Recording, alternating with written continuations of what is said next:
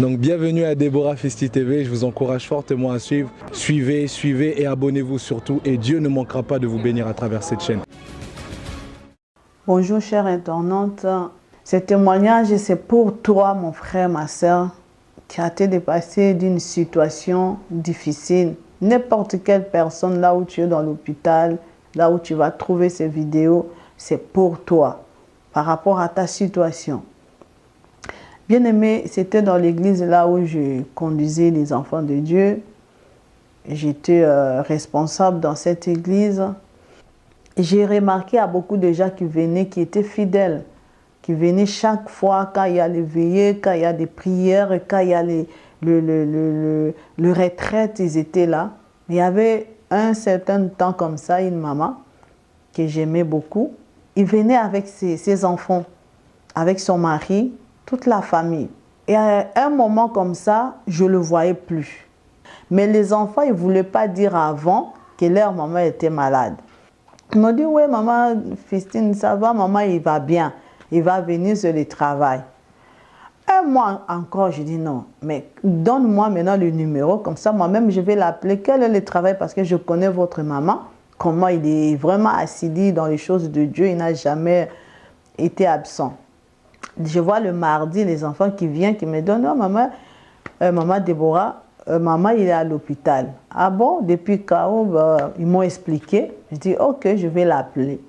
J'appelle la maman, mais il ne répondait pas. J'essaie, j'insiste, mais elle ne répond pas.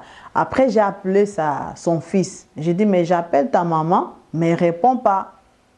Et son fils qui me dit, peut-être le téléphone, là où il a mis le téléphone, elle ne voit pas parce qu'il a les problèmes en fait de vie. Elle ne voit plus rien. J'ai dit, ah bon? J'ai dit, non, aujourd'hui, vraiment, je ne peux pas louper. Il faut que j'aille. J'ai senti en moi, le Saint-Esprit vraiment m'a dérangé. Il faut que j'aille à l'hôpital. J'ai dit, non. Comme le Saint-Esprit, maintenant, c'est maintenant le problème du Saint-Esprit, je ne peux pas résister. Et je pars là-bas, j'arrive dans les services, je trouve les infirmières. Les infirmières me disent, mais la dame, il est là. Et ça fait 2 mois qu'elle est là. Donc, elle a le problème de vue. Je rentre, bien aimé, il me regardait, mais il ne me voyait pas. Je l'appelle à son nom. Il me dit, mais moi, je suis là. Je dis, est-ce que tu connais la personne? Il dit, j'entends la voix, mais je ne sais plus c'est qui. J'ai dit, c'est maman Festine. Il dit, ah, maman, soyez le bienvenu. Bien aimé, ça m'a touché, ça m'a fait mal. Parce que c'est une maman que je connais vraiment avec ses enfants. On a commencé à parler. J'ai commencé à l'exhorter. Il y a un moment, le Saint-Esprit me donne des versets. On a commencé à partager. Bien aimé, la parole de Dieu, c'est une puissance qui libère. C'est une démonstration qui peut t'amener au-delà. J'ai dit, maman, explique-moi un peu. Il commence à m'expliquer comment les problèmes, il est arrivé dans les problèmes des yeux. Donc, il travaillait avec des produits. Les produits, ça rentrait dans son œil droite et quelques temps, au fait, 2 jours après, et c'est là, l'œil, ça commence à affecter. Et il commence à attendre et voir du brouillard, tout ça. Il dit, ah, mais qu'est-ce qui se passe? Et il n'arrive plus à voir comme il faut. Donc, il était obligé d'aller à l'hôpital. Il est parti à l'hôpital. Donc, les docteurs, ils étaient étonnés. Ils disent, mais madame, quel est le produit? Donc, ils ont appelé même son fils.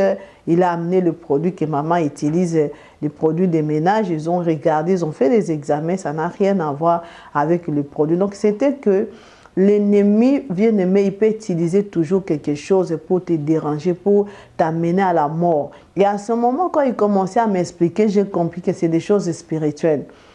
Parce que c'était une dame qui avait son mari et ils avaient, franchement, son mari gagnait bien. Ils ont commencé à construire au fait au pays. C'est Congo-Brazza. Ils ont commencé à construire au pays et à partir de là, que son mari déjà, il était arrivé, il était tombé malade et son mari, il n'écoutait plus. Donc même si tu parles avec lui, il est devenu sourd au fait. Et ils ont continué comme ça, c'est ça qui venait tout le temps dans l'église par rapport à son mari. Et lui-même, maintenant, la maladie commence à rentrer, le diabète, toutes ces maladies que vous connaissez, les maladies incurables. Donc, c'est une femme qui a beaucoup souffert avec des maladies. par rapport à leurs moyens que Dieu les a donnés et par rapport aussi à l'élévation de leurs enfants. J'ai dit, ok, en ce moment, j'ai demandé mon ami, j'ai dit, bon, mon ami, qu'est-ce que tu m'as appelé ici? C'est toi qui es venu avec moi ici. Tu me dis quoi maintenant? Mon ami me dit, ouvre la Bible. Je ouvre la Bible, il me donne des versets. Et avec ces versets, il me dit, tu vas prier avec la dame. Tu vas lui donner tel verset jusqu'à tel verset. C'était Jérémie. On a lu Jérémie. Je ouvre le premier passage. Je lui donne, il ne voyait pas. Saint-Esprit me dit, il va voir. Je ferme, je prie encore avec la dame. On prie, on commence à lever au fait les écailles qu'ils ont mis dans ses yeux. Je ouvre encore la Bible là où le Saint-Esprit m'avait montré. Il dit, maman, je commence à voir, mais je vois les chrétiens. Mais je suis en train de voir le noir et le blanc, mais je ne vois pas vraiment clairement. Je dis, ok, on ferme la Bible, on commence encore à prier. Bien-aimé, le Seigneur est grand. Dieu, il est puissant. Le médecin est venu, il dit, maman, c'est l'heure. J'ai dit, non, non, moi, je vais faire le travail que je suis venu ici. Si tu peux me donner 2 minutes ou bien 3 minutes. Et l'infirmier, il a rigolé. C'était une Africaine. Il a rigolé. Il dit, tiens, maman passait juste, je suis la prophétesse. On a commencé à parler maintenant. Le Seigneur me dit, ne ouvre plus la Bible. Commence à parler avec elle. On a commencé à parler n'importe quoi, n'importe comment. Il commençait à me relater sa vie, comment dans cette église, qu'est-ce qu'il faisait là-bas. C'était quelqu'un qui est parti dans l'église à l'église et puis il était aussi partenaire avec son mari. Et comme nous avons la retraite, je sais qu'à la retraite, tu seras, tu viendras. Il dit, mais maman, comment je peux venir à la retraite parce que je ne vois pas? Il faut que mon fils qui me tient dans la main, qui m'accompagne partout, je ne peux pas marcher. J'ai dit non, tu viendras à la retraite sans que quelqu'un te guide. Tu viendras avec tes propres yeux. Il dit, ah maman, ok, je crois. Bien-aimé, avec cette exhortation, le temps que je suis en train de parler avec lui, le Seigneur me dit, donne-lui encore la Bible. Je lui donne la Bible. Il dit, ah maman, je commence à voir maintenant des lettres, des petits mots, des petites lettres, mais en tout cas, je ne peux pas les dire. Ok, c'est ça qui a été très important, que tu puisses lire la Bible aujourd'hui. Tu vois l'écriture dans la Bible, comme ça, je sais qu'il y a la guérison. Bien aimé, on a commencé à prier, je l'ai laissé, je suis partie. Ça, c'est la guérison, en fait, qui va, parce qu'il y a le miracle et la guérison. Là, c'est la guérison. Parce que la guérison, en fait, la personne peut se rétablir petit à petit. Donc, au travail, à chaque fois, quand j'ai de pause, de repos, je l'appelle, on prie à chaque fois. Et puis, une semaine après, on est arrivé le jour de la retraite. Et la dame toute seule, avant même la retraite, pardon, il y avait le mardi qu'on avait la prière. Et je vois la dame qui rentre avec beaucoup de sourires. Il dit, maman Déborah, je suis là, je suis toute seule. Il m'a dit, voilà, même mes enfants, ils ne sont pas là. Les riches, ils ne sont pas là, je suis venue seule. Alors à l'église, on a acclamé le nom de Dieu, on a élevé le nom de Dieu. Bien aimé, vous savez, la maladie peut rentrer peut-être d'une manière de rire, mais l'ennemi, il utilise tout pour que tu puisses être à la maison. Parce que là, quand il était aveugle, donc même son travail, ils lui ont donné les délais. L'ennemi voulait qu'il retourne encore dans les situations de chercher le travail ou bien d'être à y payer, tout ça, de prendre l'emploi pour aller chercher. Bien aimé, nous sommes en Europe, mais il y a des choses de foi qui nous arrivent, ça peut étonner les gens.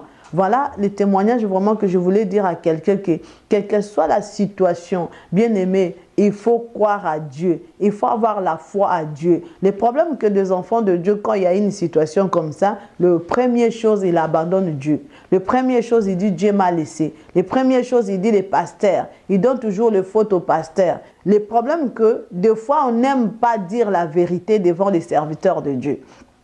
Mais on veut que le serviteur connaisse les problèmes. Même si je suis prophétesse, Dieu ne peut pas me révéler tout de ce que toi tu as ou bien ce que tu souffres. Dieu va me révéler les parties et d'autres parties, toi, tu connais. Et ce que toi, tu ne connais pas, Dieu va encore continuer à nous parler. Donc, cette dame, elle était guérie. Et une fois, je l'ai rencontrée, parce qu'après, moi, je n'étais plus dans cette église. Je l'ai rencontrée au marché.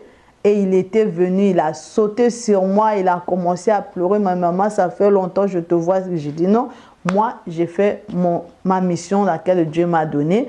Mais quand je sors de l'église, j'aime pas partir avec les gens. Il a voulu que je lui donne mon numéro de téléphone. Je ne voulais pas parce que je ne veux pas qu'à cause de moi qui quitte cette église, parce que c'est là-bas que je l'ai trouvé et j'ai prié par rapport à cette église. Soyez bénis au nom puissant de notre Seigneur Jésus-Christ. Amen.